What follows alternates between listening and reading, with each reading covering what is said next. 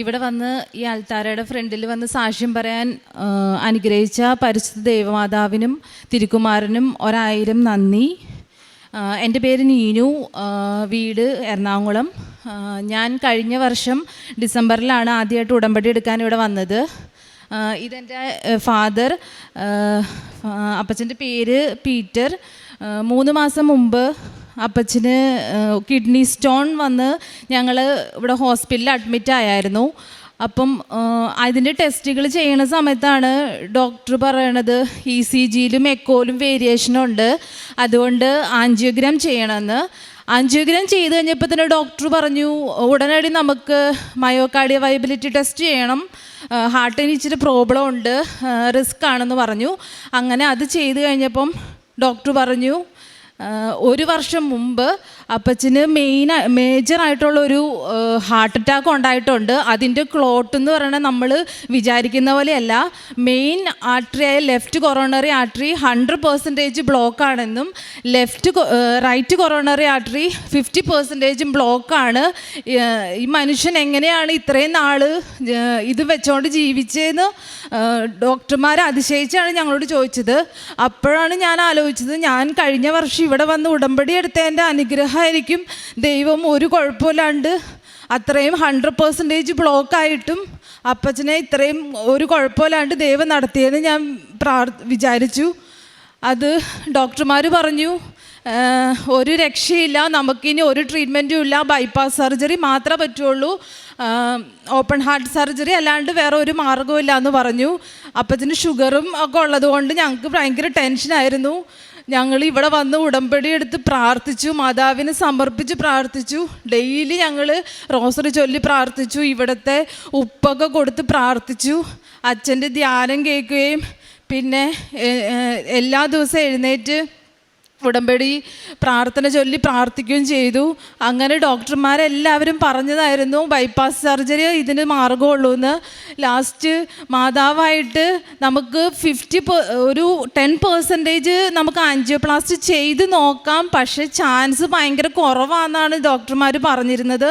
മാതാവിൻ്റെ അനുഗ്രഹത്താലെ ഞങ്ങൾ ഉറപ്പിച്ച് പറഞ്ഞു ആൻജിയോപ്ലാസ്റ്റി ചെയ്ത് നോക്കാം, എന്നിട്ട് മതി നമ്മൾക്ക് ഓപ്പൺ ഹാർട്ട് സർജറി എന്ന് പറഞ്ഞു. അങ്ങനെ മാതാവിൽ വിശ്വസിച്ച് ഞങ്ങൾ ആൻജിയോപ്ലാസ്റ്റി ചെയ്തു.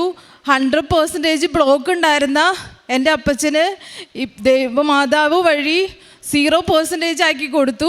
ഡോക്ടേഴ്സ് തന്നെ അത്ഭുതമാണ് പറഞ്ഞത്. ഇത് ഒരു വർഷം മുമ്പ് എത്രയും നാൾ മുമ്പ് വന്ന ബ്ലോക്കായെന്ന് അറിയില്ലാത്തതുകൊണ്ട് ഞങ്ങൾക്ക് ഭയങ്കര പാടായിരുന്നു ചെയ്യാനായിട്ട് ആൻജിയോപ്ലാസ്റ്റി. പക്ഷേ അപ്പച്ചൻ്റെ കാര്യത്തിൽ മാതാവിൻ്റെ അനുഗ്രഹത്തോടെ എളുപ്പത്തിൽ ചെയ്യാൻ പറ്റി എന്ന് പറഞ്ഞ് അനുഗ്രഹിച്ചു. ദൈവമാതാവിന് 1000 നന്ദി. അതുകൂടാതെ ദൈവം എനിക്ക് ഒരു സാക്ഷ്യം കൂടെ പറയാനുള്ള അനുഗ്രഹം തന്നു. ഞാൻ ഒരു നേഴ്സാണ്, സൗദിയിലാണ് വർക്ക് ചെയ്യുന്നത്. ഞാൻ 4 പ്രാവശ്യം OET എഴുതിയിട്ട് എനിക്ക് കിട്ടിയില്ലായിരുന്നു. ഇവിടെ വന്ന് ഞാൻ ഉടമ്പടി എടുത്ത് തിരിച്ചു പോയി. ഞാൻ മാതാവിൽ നന്നായിട്ട് പ്രാർത്ഥിച്ചു. കഴിഞ്ഞ 4 എക്സാമും ഞാൻ എൻ്റെ കഴിവിൽ ജയിക്കുമെന്ന് വിചാരിച്ചാണ് ഞാൻ പോയി എക്സാം എഴുതിയിരുന്നത്. അങ്ങനെ ഞാൻ മാതാവിൽ വിശ്വസിച്ച് മാതാവിൻ്റെ ഇവിടുത്തെ നേർച്ച വസ്തുക്കളൊക്കെ ആയിട്ടാണ് ഞാൻ എക്സാം ഹാളിൽ പോയത്. അപ്പോൾ ഇവിടെ നിന്ന് കിട്ടുന്ന ഉപ്പ് ഞാൻ ഒരു തുള്ളി എടുത്ത് മറ്റേ ഹോൾ ടിക്കറ്റിൻ്റെ ഫയലിൽ ഇട്ടായിരുന്നു. എന്നിട്ട് എക്സാമിൻ്റെ സമയത്ത് ഞാനത് എടുക്കാൻ നോക്കിയപ്പം ആകെ 2-3 തരിയേ ഉണ്ടായിരുന്നുള്ളൂ. അപ്പം ഞാൻ ആ ഓരോ തരിയും മേശയുടെ അറ്റത്ത് സൂക്ഷിച്ച് വെച്ചിട്ട് എൻ്റെ ഓരോ മൊഡ്യൂളിലും വെച്ച് പ്രാർത്ഥിച്ചായിരുന്നു.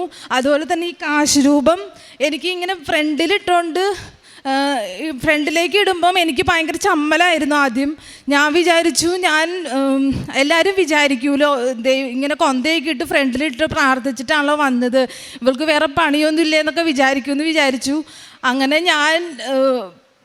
അങ്ങനെ ഉള്ളിലേക്ക് എടുത്തിട്ടാണ് ഞാൻ എക്സാം ഹാളിലേക്ക് കയറാൻ തുടങ്ങിയത്. പക്ഷെ മാതാവ് എൻ്റെ മനസ്സിൽ എന്തോ ഇങ്ങനെ പറയുന്ന പോലെ തോന്നി, പ്രാർത്ഥിക്കുന്ന. അപ്പം ഞാനിത് കാശ് രൂപം പുറത്തേക്കിട്ട് പിടിച്ച് തന്നെ പ്രാർത്ഥിച്ചു. ആരൊക്കെ എന്തൊക്കെ പറഞ്ഞാലും മാതാവ് മാത്രമേ ഉള്ളൂ രക്ഷ എന്ന് വിചാരിച്ച് പുറത്തേക്കിട്ട് പ്രാർത്ഥിച്ചാണ് ഞാൻ എക്സാം എഴുതിയത്.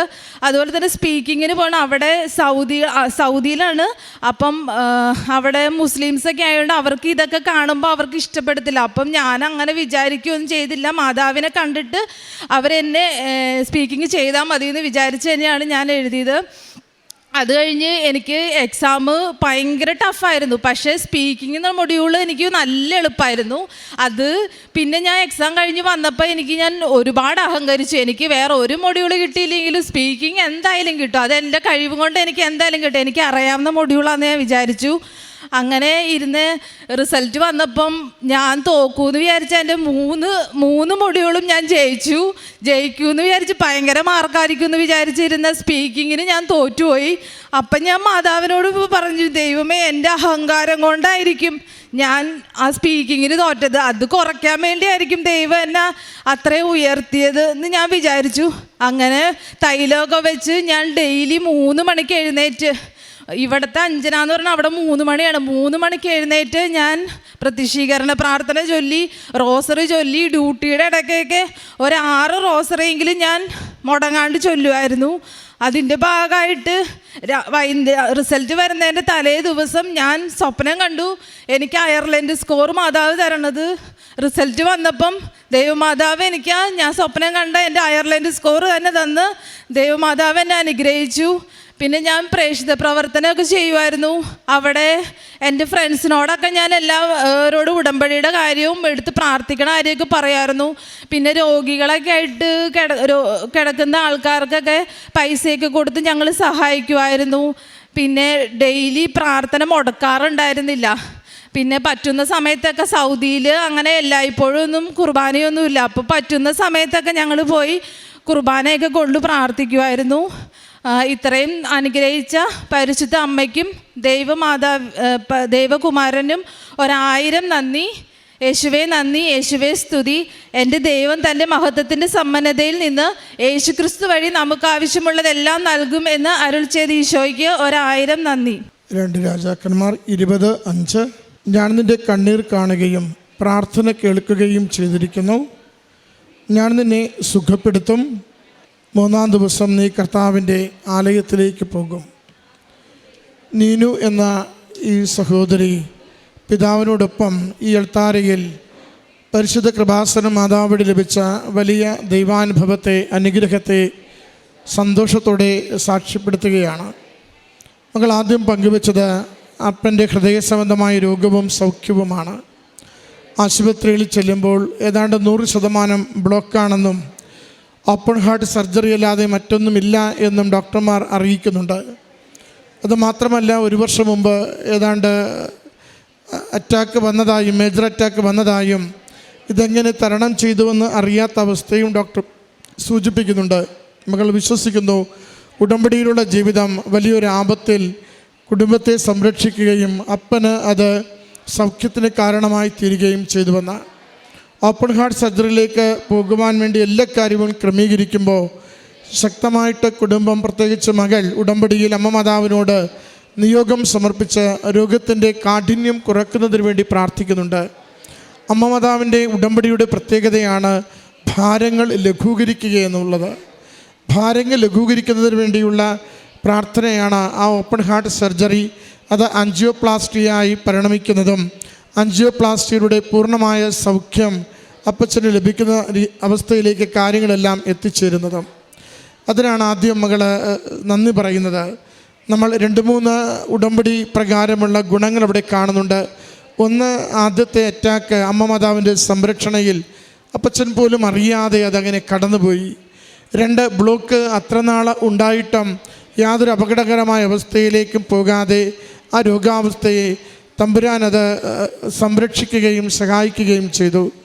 3, കലശലായ അവസ്ഥയിൽ ആശുപത്രിയിലാകുമ്പോൾ അത് ഗുരുതരമായ രോഗാവസ്ഥയിൽ നിന്ന് ലഘുവായ രോഗാവസ്ഥയിലേക്ക് അത് കുറച്ചുകൊണ്ട് അമ്മ മാതാവിൻ്റെ പ്രത്യേകമായ സഹായം കുടുംബത്തിന് ലഭിക്കുന്നുവെന്ന്. മകളുടെ OET പരീക്ഷയെ സംബന്ധിച്ചും പറയുന്നുണ്ട്. പലതവണ എഴുതി പരാജയപ്പെട്ടിട്ടാണ് അമ്മ മാതാവിൻ്റെ തിരുനടയിൽ സമർപ്പിച്ച് പരീക്ഷ എഴുതുന്നത്. പരീക്ഷ എഴുതുമ്പോൾ 3 മൊഡ്യൂളെക്കുറിച്ച് എപ്പോഴും ആദിയും ആകുലതയുമുണ്ട്. അത് അമ്മയ്ക്ക് മാത്രം സമർപ്പിച്ച് പ്രാർത്ഥിക്കുന്നു. മറ്റൊന്ന് തനിക്കറിയാം എന്ന ആത്മവിശ്വാസത്തിലാണ് പരീക്ഷ എഴുതുന്നത്. അത് ആത്മവിശ്വാസത്തെ 0 ആക്കുന്നതിനും ദൈവകൃപ എന്നും ജീവിതത്തിലെ ഏറ്റവും വലുതെന്ന് മകളെ തിരുത്തി അറിയിക്കുന്നതിനുമായി 3 മൊഡ്യൂളുകൾ 1, 2, 3 തരി ഉപ്പുമായിട്ട് ഓരോ ഉപ്പും മൊഡ്യൂളിലിട്ട് പ്രാർത്ഥിച്ച വിശ്വാസത്തോടുകൂടി അവയിൽ പങ്കുചേരുന്നതിൽ അതിന് വിജയം ലഭിക്കുന്നതും, തന്നിൽ മാത്രം ആശ്രയിച്ചെഴുതിയ പരീക്ഷയ്ക്ക് ഒരൽപ്പം കൂടി കാത്തിരിക്കുവാൻ, വിജയത്തിന് വേണ്ടി കാത്തിരിക്കുവാൻ, പരിശ്രമിക്കുവാനുള്ള സന്ദേശം കൊടുത്തുകൊണ്ട് കൂടുതൽ വിശ്വാസത്തിലേക്കും കൂടുതൽ ദൈവിക ശരണത്തിലേക്കും കൂടുതൽ നന്മ ചെയ്യുവാനുള്ള ഉടമ്പടി ജീവിതത്തിൻ്റെ ആഴത്തിലേക്ക് മകളെ നയിച്ചതിനെയാണ് മകളിവിടെ സാക്ഷ്യപ്പെടുത്തുന്നത്.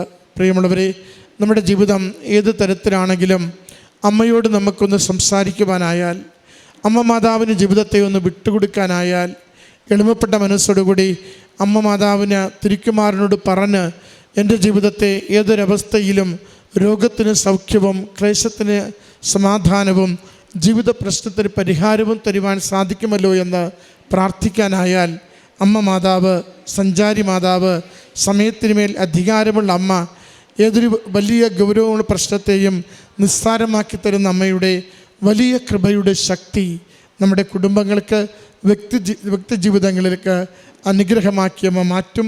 പ്രത്യക്ഷീകരണത്തിന് സാക്ഷികളായി നമ്മളെ ഉയർത്തും. ഈ കുടുംബത്തിന് ലഭിച്ച ഈ അനുഗ്രഹത്തിന് അമ്മ മാതാവിനും തിരുക്കുമാരനും നന്ദി അർപ്പിച്ചുകൊണ്ട് കരഘോഷത്തോടുകൂടി ഈ സാക്ഷ്യം നമുക്ക് സമർപ്പിക്കാം. അത്യപൂർവ ദൈവാനുഭവങ്ങൾ ഇനി നിങ്ങൾക്കും സ്വന്തം. ഈ യൂട്യൂബ് ചാനൽ ഇതുവരെ സബ്സ്ക്രൈബ് ചെയ്തിട്ടില്ലെങ്കിൽ ഇപ്പോൾ തന്നെ സബ്സ്ക്രൈബ് ചെയ്യുക. ഈ വീഡിയോ ഇപ്പോൾ തന്നെ നിങ്ങളുടെ സുഹൃത്തുക്കൾക്ക് ഷെയർ ചെയ്തുകൊണ്ട് കർത്താവിൻ്റെ പ്രേക്ഷിതരാകുക.